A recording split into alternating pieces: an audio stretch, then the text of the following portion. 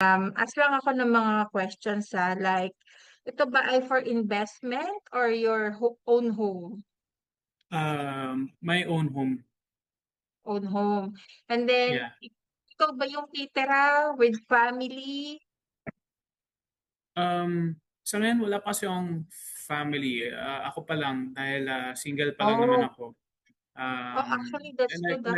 But, ilang nagta-try taon pa ka lang na, akong sige? po?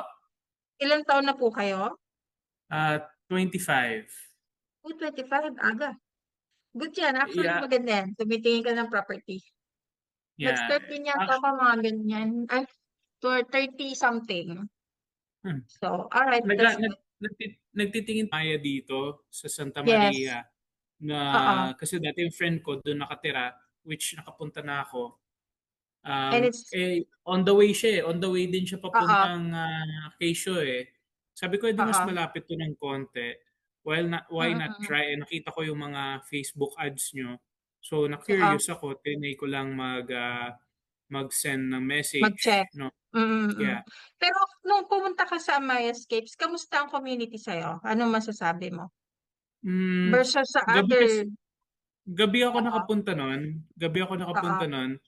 Ang ang ano ko lang is yun nga medyo ano siya, detached siya. Tama, 'di ba nga detached kasi 'yan, eh, 'di ba? yes, Mga yes, detached na bahay oo, and, medyo malawak yung kalsadang kung saan sila 'no. yes, Um, correct. and then yung bahay mismo maganda yung design and all, Mm, mm. ah, and puwedeng gawing puwedeng may parkingan ng kotse kasi yun yung isa Actually, kong kasya ang dalawang kotse. yeah, yun yung isa kong tinitingnan talaga is yung parkingan dahil, may kotse ako. Eh, Mm. may mga natingnan nga ako yung pinapakita nila is sa I-continue ko, isa rin sa dahilan kung bakit maraming bumibili kay Amaya is because it's under by Ayala Land.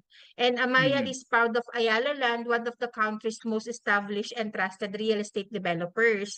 Ang maganda mhm, sa Ayala Land, yung community. Hindi lang sila gumagawa ng bahay, katulad ng sinabi mo na yung ibang developer, makikita mo maliit yung mga daanan, masisikip, o kaya yung mga mhm, bahay ay basta na lang, alam mo yung meron kasi mga, katulad ko bumili rin ako ng bahay